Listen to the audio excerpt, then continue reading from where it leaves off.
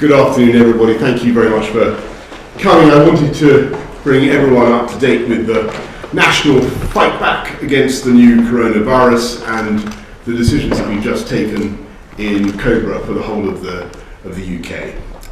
As we said last week, our objective is to delay and flatten the peak of the epidemic by bringing forward the right measures at the right time so that we minimise suffering and save life.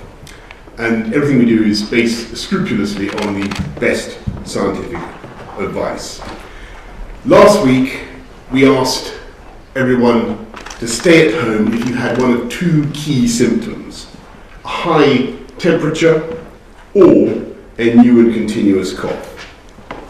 Today, we need to go further because according to SAGE, the Scientific Advisory Committee on Emergencies, it looks as though we're now approaching the fast growth part of the upward curve, and without drastic action, cases could double every 5 or 6 days. So, first, we need to ask you to ensure that if you or anyone in your household has one of those two symptoms, then you should stay at home for 14 days. That means that if possible, you should not go out even to buy food or essentials other than for exercise, and in that case, at a safe distance from others. If necessary, you should ask for help from others for your daily necessities. And if that is not possible, then you should do what you can to limit your social contact when you leave the house to get supplies. And even if you don't have symptoms, and if no one in your household has symptoms, there is more that we need you to do now. So, second, now is the time for everyone to stop non-essential contact with others and to stop all unnecessary travel. We need people to start working from home where they possibly can, and you should avoid pubs, clubs, theatres and other such social venues. It goes without saying, repeat the message, we should all only use the NHS when we really need to, and please go online rather than ringing NHS 111. Now, this advice about avoiding all unnecessary social contact is particularly important for people over 70, for pregnant women, and for those with health conditions, with some health conditions. And if you ask, well, why are we doing this now? Why now? Why not earlier or later? Why bring in this very draconian measure? The answer is that we are asking people to do something that is difficult and disruptive of their lives. And the right moment, as we've always said, is to do it when it is most effective, when we think it can make the biggest difference to slowing the spread of the disease, reducing the number of victims, reducing the number of fatalities. And as we take these steps, we should be focusing on the most vulnerable. So third, in a few days' time, by this coming weekend, it will be necessary to go further and to ensure that those with the most serious health conditions are largely shielded from contact, from social contact, for around 12 weeks. And again, the reason for doing this in the next few days rather than earlier or later is that this is going to be very disruptive for people who have such conditions, difficult for them, but I believe it's now necessary. And we want to ensure that this period of shielding, this period of maximum protection, coincides with the peak of the disease.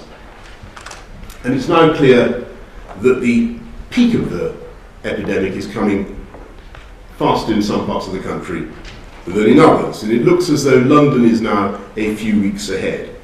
So, to relieve the pressure on the London health system and to slow the spread in London, it's important that Londoners now pay special attention to what we're saying about avoiding non-essential contact, and to take particularly seriously the advice about working from home and avoiding confined spaces such as pubs and restaurants.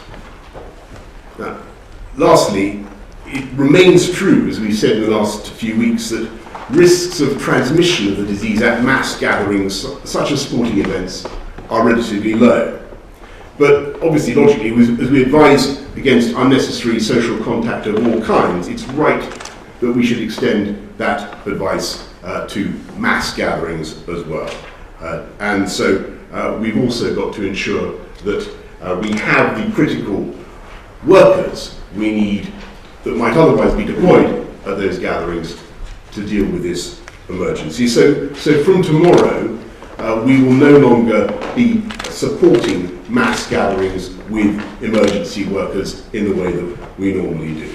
So mass gatherings we're now moving emphatically away from. And I know that many people, including millions of fit and active people over 70, may feel, listening to what I've just said, that there is something excessive about these measures.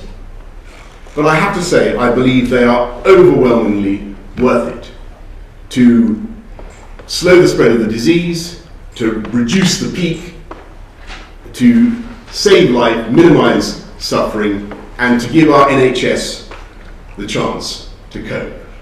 Over the last few days, I've been comparing notes and talking to leaders around the world, and I can tell you that the UK is now leading a growing global campaign amongst all our friends and allies, whether in the G7, the G20, the UN, the IMF, all those bodies in which we play a significant role. We're leading a campaign to fight back against this disease, to keep the economy growing, to make sure that humanity has access to the drugs and the treatments that we all need. And the UK is also at the front of the effort to back our business, to back our economy, to make sure that we get through it. I know that we are today asking a lot of everybody. This is far more now than just washing your hands, though clearly washing your hands remains important. But I can tell you that across this country, people and businesses, in my experience, are responding with amazing energy and creativity to the challenge that we face. And I want to thank everybody for the part that you are playing and that you're going to play. Our Chief Scientific Advisor will now update us on where we are. Over to you, Patrick.